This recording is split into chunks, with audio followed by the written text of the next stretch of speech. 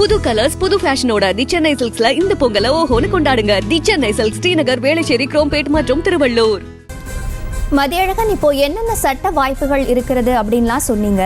இப்போ இந்த ஜாமீன் வழக்கை பொறுத்த வரைக்கும் செந்தில் பாலாஜி தரப்புல நிறைய வாதங்கள் முன்வைக்கப்பட்டது.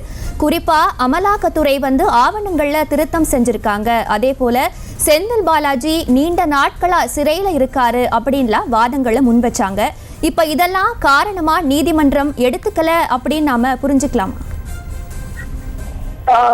அதாவது அவர் தரப்பு வாதங்கள் ஏற்கப்படவில்லை என்பதால் தான் அவரினுடைய மனுவானது தள்ளுபடி செய்யப்பட்டு இருக்கிறது. அதாவது இது போன்ற வழக்குகளை பொறுத்த வரைக்கும் ஒருவர் மனு தாக்கல் செய்கிறார் என்றால் அவருக்கு ஆதரவாக தீர்ப்பு வருகிறது என்றால் மனு ஏற்பு, அதாவது பெட்டிஷன் அலவுட் என்று சொல்வார்கள். ஒருவேளை அவர் தாக்கல் செய்த மனு ஏற்கப்படவில்லை என்றால் பெட்டிஷன் டிஸ்மிஸ், அதாவது மனு நிராகரிக்கப்படுகிறது. இந்த இரண்டு காரணங்களை தான் பிரதானமாக கூறி எதற்காகலாம் இந்த மனு ஏற்கப்படுகிறது, எதற்காகலாம் இந்த மனு நிராகரிக்கப்படுகிறது உள்ளிட்ட காரணங்களை கூறுவார்கள். ஆனால் இந்த வழக்கை பொறுத்த வரைக்கும் தற்பொழுது இந்த மனுவானது தள்ளுபடி செய்யப்பட்டு இருக்கிறது. கால சூழ்நிலை மாறவில்லை.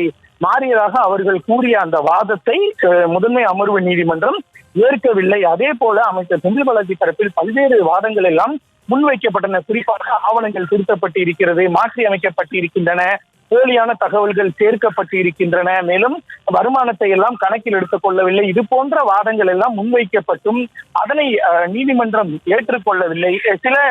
சில தீர்ப்புகளை பொறுத்த வரைக்கும் இது போன்றெல்லாம் குற்றச்சாட்டுகள் முன்வைத்திருந்தால் அந்த தீர்ப்பிலேயே குறிப்பிட்டு இருக்கும். அதாவது இது போன்ற குற்றச்சாட்டுகள் எல்லாம் முடிவு விசாரணையில் தான் தெரிய வரும், அதனை அடிப்படையாக வைத்து தற்பொழுதே ஜாமீன் வழங்க முடியாது என்றெல்லாம் சில வழக்குகளில் குறிப்பிட்டு இருப்பார்கள். அதே போன்று இந்த வழக்கிலும் குறிப்பிட்டு இருக்கிறார்களா என்பதை நாம் தீர்ப்பினுடைய நகல் வந்த பின்புதான் நாம் பார்த்து தெரிந்து கொள்ள முடியும். தற்பொழுது செந்தில் பாலாஜியினுடைய அந்த வாதமானது முற்றிலுமாக நிராகரிக்கப்பட்டு இருக்கிறது. அதாவது கால சூழல் மாறி இருக்கிறது, ஆவணங்கள் திருத்தப்பட்டு இருக்கிறது, போலியாக ஆவணங்கள் சேர்க்கப்பட்டு இருக்கின்றன, வருமானங்களை கணக்கில் சேர்த்துக் கொள்ளவில்லை. இது போன்ற வாதங்கள் எல்லாம் செந்தில் பாலாஜியினுடைய தரப்பு வாதங்கள் அனைத்துமே நிராகரிக்கப்பட்டிருப்பதால் தான் அவரினுடைய ஜாமீன் மனுவும் தள்ளுபடி செய்யப்பட்டு இருக்கிறது. தற்பொழுது அவருக்கு ஜாமீனும் வழங்க முடியாத ஒரு உத்தரவை சென்னை முதன்மை அமர்வு நீதிமன்றம் பிறப்பித்திருக்கிறது. செய்திகளை உடனுக்குடனும் துல்லியமாகவும் தெரிந்து கொள்ள சப்ஸ்கிரைப் பண்ணுங்க.